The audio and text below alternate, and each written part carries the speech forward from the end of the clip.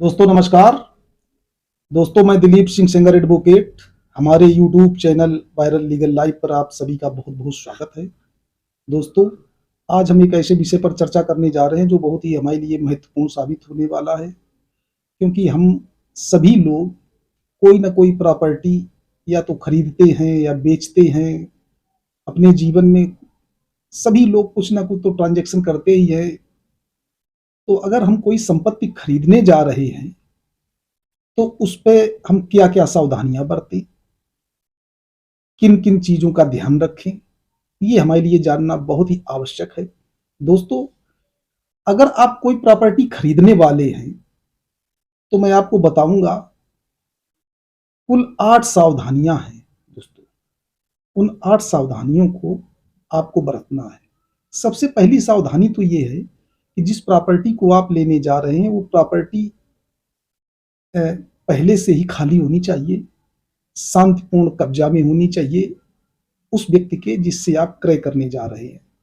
वो पता चला कि होता क्या है कि वो किराए पे कोई बिल्डिंग है, उस पे कई किराएदार हैं, वो खाली नहीं कर रहे हैं और वो प्रॉपर्टी आप क्रय कर रहे हैं। तो सबसे पहले आप इस चीज का विशेष ध्यान रखें कि जो आप प्रॉपर्टी खरीद रहे हैं, वो प्रॉपर्टी खाली होनी चाहिए, उस पर किसी प्रकार का किसी अन्य व्यक्ति का कब्जा नहीं होना चाहिए। और दूसरा सुझाव हमारा तो ये है कि आप कोई भी प्रॉपर्टी खरीदें तो आप कैश में लेन देन करने से बचें। आप उसको कोई भी जो पैसा है जो भी दें, आप उसको चेक, आप उसको डीडी दे सकते हैं, आप उसके अकाउंट में आरटीजीएस कर सकते हैं, लेकिन आप दोस्तों कैश में लेन देन बिल्कुल ना करें। और तीसरी सावधानी दोस्तों ये है कि अगर आप उसकी प्रॉपर्टी जो है आप क्रय कर रहे हैं, तो सबसे पहले आप उसके डॉक्यूमेंट जरूर चेक करें। आप ये देखें कि जो प्रॉपर्टी हम क्रय करने जा रहे हैं और ये प्रॉपर्टी जो हमें ये दे रहा है, जो हमें विक्रय कर रहा है, इसके पास ये प्रॉपर्टी कहां से आई। आप ये ना करें कि कागजों में उसके नाम जमीन है तो हमने मान लिया कि हाँ उसी की है। दोस्तों, हो सकता है कि उसने कोई कूटरचित तरीके से, फर्जी तरीके से अपने नाम वो करा ली है और कागज में वो शो कर रही है प्रॉपर्टी उसके नाम। तो उसका जो सोर्स ऑफ लैंड है, आप सबसे पहले उसको पता करें कि इस व्यक्ति को ये संपत्ति कहां से प्राप्त हुई है। इसकी पैतृक है या इसने क्रय की थी या किस तरीके से इसको प्राप्त हुई है। तो आप सोर्स ऑफ लैंड उसका जरूर पता कर लें, तभी आप उस संपत्ति का क्रय करें।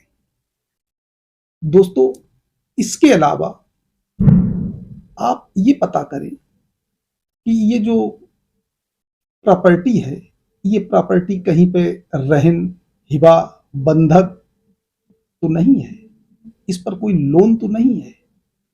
दोस्तों, ये चेक करने के बाद ही आप उस प्रॉपर्टी को क्रय करें।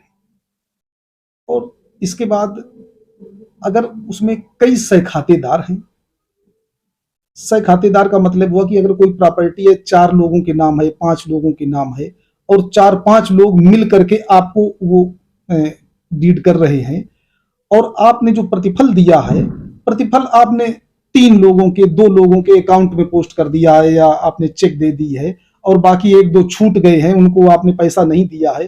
तो दोस्तों, आप इस तरीके की गलती करने से बचें। दोस्तों, ये जो सह खातेदार हैं, अगर जैसे मान लीजिए कि 5 लोग हैं, 5 लोग आपको डीड कर रहे हैं, तो आप पांचों लोगों के अकाउंट में आप पैसा ट्रांसफर करिए। आप ऐसा ना करें कि 5 लोग डीड कर रहे हैं और आप 4 लोगों के अकाउंट में पैसा ट्रांसफर कर रहे हैं, या आपने एक ही व्यक्ति के अकाउंट में सारा पैसा ट्रांसफर कर दिया, 4 को आपने ट्रांसफर ही नहीं किया। तो इससे क्या होगा, आगे चल के भविष्य में झगड़े की, कोर्ट कचहरी की संभावनाएं बढ़ेंगी। जिसके अकाउंट में पैसा नहीं गया है वो ये कहेगा कि हमें साहब कोई प्रतिफल प्राप्त नहीं हुआ और हमारी कोई कंसेंट नहीं थी, हमसे दबाव बना के बैनामा करा लिया गया है। और आप ये सिद्ध नहीं कर पाएंगे कि मैंने इसको पैसा जो प्रतिफल है उसको दिया है, क्योंकि आपने उसके अकाउंट में तो ट्रांसफर किया नहीं है। आप सिद्ध करने से आप रह जाएंगे, इसलिए ऐसी गलती आप कदापि ना करें। दोस्तों, जल्दबाजी में आप बयाना बहुत ज्यादा ना दें। मान लीजिए कोई प्रॉपर्टी ज्यादा की है, मान लीजिए 1 करोड़ की प्रॉपर्टी है और आप बयाना उसको बहुत ज़्यादा मात्रा में दे रहे हैं, 10-20 लाख रुपया आप बयाना के तौर पर दे रहे हैं, और इसके बाद कोई डिस्प्यूट आता है, तो मेरी राय ये है दोस्तों कि आप बयाना देने से बचें और आप एग्रीमेंट जो है उसका करा लें। एग्रीमेंट साइन करने के बाद ही आप कोई अमाउंट दें। उसमें आप टाइम लिमिट खोल दीजिए कि हम ये जो प्रॉपर्टी है इसका 6 महीने में, 2 महीने में, 1 महीने में, 1 वर्ष में हम बैनामा करा लेंगे, तब शेष बकाया जो धन है उसका भुगतान कर देंगे। दोस्तों, इसकी जो लिमिट है, आप 3 वर्ष से अधिक समय का आप एग्रीमेंट नहीं कर सकते हैं। उसका जो टाइम पीरियड है लिमिटेशन एक्ट में, वो 3 वर्ष दिया गया है। आप 3 वर्ष की समयावधि के अंतर ही, इसी के अंदर ही आप जो है एग्रीमेंट करें।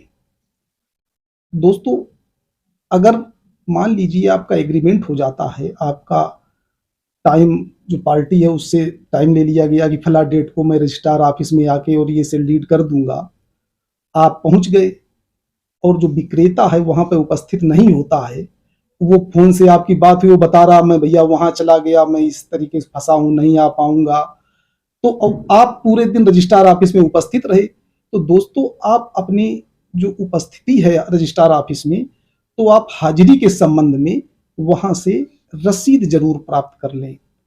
दोस्तों, ये आपका प्रमाण हो जाएगा कि फला डेट को जो हमारा ये जो टाइम पीरियड है जिसका एग्रीमेंट हुआ है, उस तारीख को मैं वहां पर रजिस्ट्रार ऑफिस में उपस्थित था, मैं पूरे दिन इंतजार करता रहा, लेकिन जो विक्रेता है वहां पर उपस्थित नहीं हुआ और इसने सेल डीड नहीं की।